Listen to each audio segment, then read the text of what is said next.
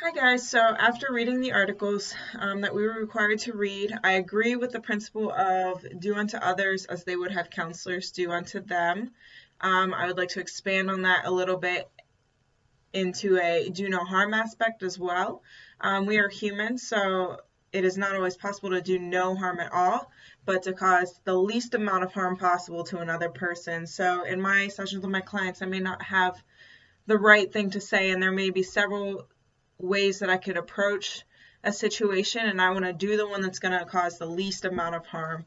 And that's the way I interact with my coworkers, with my friends, with my clients, is I'm going to speak and approach you in a way that's going to be least harmful for you and how I would want to be approached as well. Trying to meet different needs where a person is at, and hopefully they would do the same for me. So that's where I stand with that. A Bible verse that I think goes well with social justice is Proverbs 31, 8-9. It says, "Open your mouth for the mute, for the rights of all who are destitute. Open your mouth, judge righteously, defend the rights of the poor and needy." I really like the last part, the defend the rights of the poor and needy, because those are the population that I have always reached out to. I've done mission trips to orphanages in Belize. I work with addicts. So those are where the Lord has really pulled on my heartstrings. I try in any way to engage clients who are underserved or struggling in any sort of way and meet them where they're at.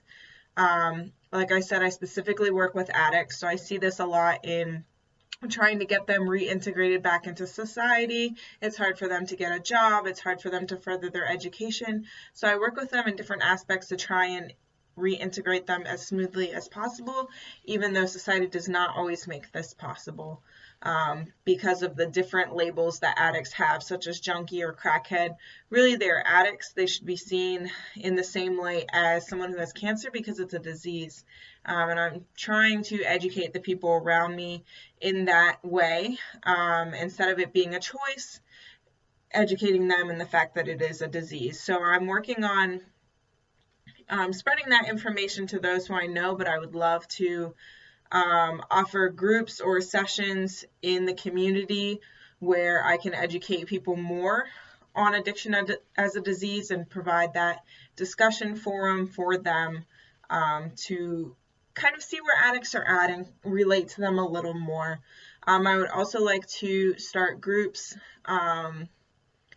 like support groups such as NA or AA, but in another stance of letting addicts relate to each other and helping each other reintegrate back into society, because it can be hard and it can be lonely when you cut off your whole support group and have to start all over. So rebuilding those supports and that gaining a job and getting back with your family and building that back up, just kind of mending those relationships with the people around them. That's what I would really like to step out and do, on top of counseling them in general.